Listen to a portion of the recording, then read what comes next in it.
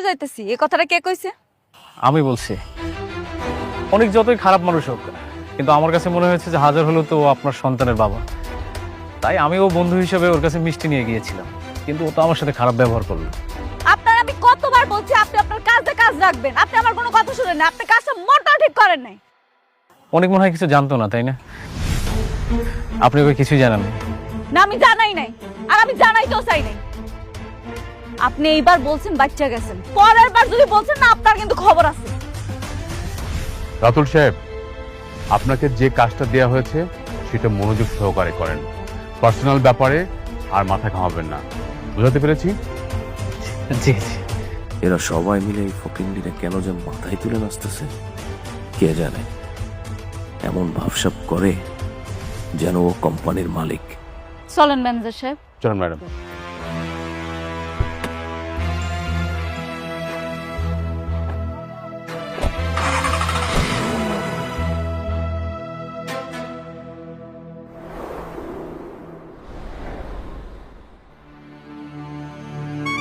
বাবা বাবা বাবা, আপনারা নির্লজ্জের মতো আমার বাসায় কেন এসেছেন? রাগ করো না, আমার রাগ করো না। মানে হয়েছে কি, আমরা কিন্তু এখানে থাকতে আসছি না। আমরা জানি যে আমরা তোমার প্রতি অনেক অন্যায় করছি, কিন্তু এবার না, অপকার না, আমরা তোমার উপকার করতে আসছি। হ্যাঁ। উপকার? আপনাদের কোনো উপকার আমার লাগবে না, আপনারা এখন এখান থেকে চলে যান। না না, আমরা চলে যেতেছি, ও চাইতেছি, কোনো টেনশন করো না। কিন্তু আমরা খালি আসছি তোমার একটা খবর দেওয়ার জন্য। যতটুকু শুনলাম তোমার বড় বউ নাকি গর্ভবতী। জানি না। জানবা কেমনে? জানবা কেমনে? তোমার নিজের ঘরের সন্তান হইলে না তুমি জানতা? তোমার তো নিজের সন্তান নেই, জন্য তুমি জানো না।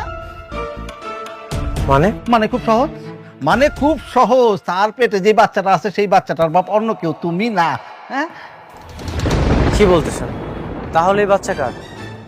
আরে শোন না, রাতুলের কাছে শুনলাম তোমার বউ আজকাল নাকি নাইট ক্লাবে যায়, আর অনেক পুরুষের সাথে উঠা বসা আছে, তারপর টাকা পয়সার কোনো অভাব নাই।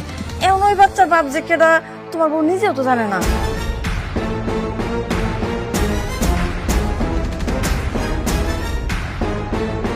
তাহলে কি মেঘলা আমাকে ধোকা দিচ্ছে? অবশ্যই অবশ্যই ধোকা দিতেছে। কান নাকার পাপড় তোমার কান্দের উপর চাপা দিতেছে। শোনো বাবাজি, এত বড় কোম্পানিতে চাকরি করে, অনেক ছেলেদের সাথে উঠা বসা আছে, আবার বুঝো তাহলে বাচ্চার বাপ কেডা। হ্যাঁ,